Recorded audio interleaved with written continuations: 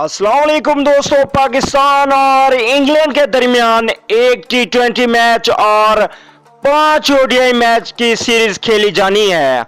आज की इस वीडियो में हम आप लोगों को बताएंगे कि इस सीरीज में पाकिस्तान के कौन से 11 खिलाड़ी मैदान में उतरेंगे जो इन 15 खिलाड़ियों में से बेहतरीन हैं। उनके नाम आप लोगों को हम बताने वाले हैं जिन पे हमें इत्मीनान है कि वो पाकिस्तान को इंग्लैंड के खिलाफ ये सीरीज जितवा सकते हैं। उसके बाद आप भी कमेंट करके अपने ख्यालात का इजहार कर सकते हैं।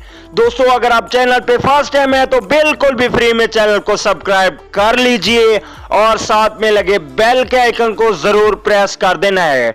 दोस्तों, सब्सक्राइब करने में कोई पैसे खर्च नहीं होते। हम आपसे दरख्वास्त कर रहे हैं कि आप चैनल को सब्सक्राइब कीजिए और तमाम तर क्रिकेट से रिलेटेड न्यूज आप फ्री में हासिल कर सकते हैं। चलिए दोस्तों, वीडियो की जानिब बढ़ते हैं। पहले नंबर पे ओपनिंग बल्लेबाज फखर जमान जो T20 और वनडे में रहेंगे। दूसरे नंबर पे बाबर आजम है जिनको T20 में ओपनिंग पे और वनडे में मिडिल ऑर्डर पे खिला सकते हैं। अगर बात की जाए तीसरे नंबर की तो इमामुल हक है, ये भी मोहम्मद हफीज और मलिक की गैर मौजूदगी में इनको तीसरे नंबर पे खिलाया जा सकता है।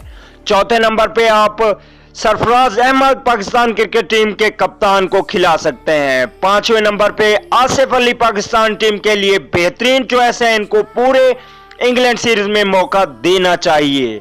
इसके अलावा अगर बात की जाए छठे नंबर की तो शादाब खान की गैर मौजूदगी में हम फहीम अशरफ को ही चॉइस कर सकते हैं। अगर बात की जाए सातवें नंबर की तो सातवें पे इमाद वसीम T20 और वनडे मैचेस के लिए बिल्कुल फिट हैं। अब बात कर लेते हैं फास्ट बॉलर्स की तो फास्ट बॉलिंग में मोहम्मद आमिर को मेरे ख्याल में मुकम्मल इंग्लैंड की सीरीज में मौका देना चाहिए ताकि ये अपनी सलाहियत का इजहार कर सकें। अगर ये अच्छा खेलते हैं तो वर्ल्ड कप में इनको मौका दे देना चाहिए। अगर बात की जाए दूसरे फास्ट बॉलर की तो शहीन शाह अफरीदी को भी मौका मिलना चाहिए मुकम्मल सीरीज में।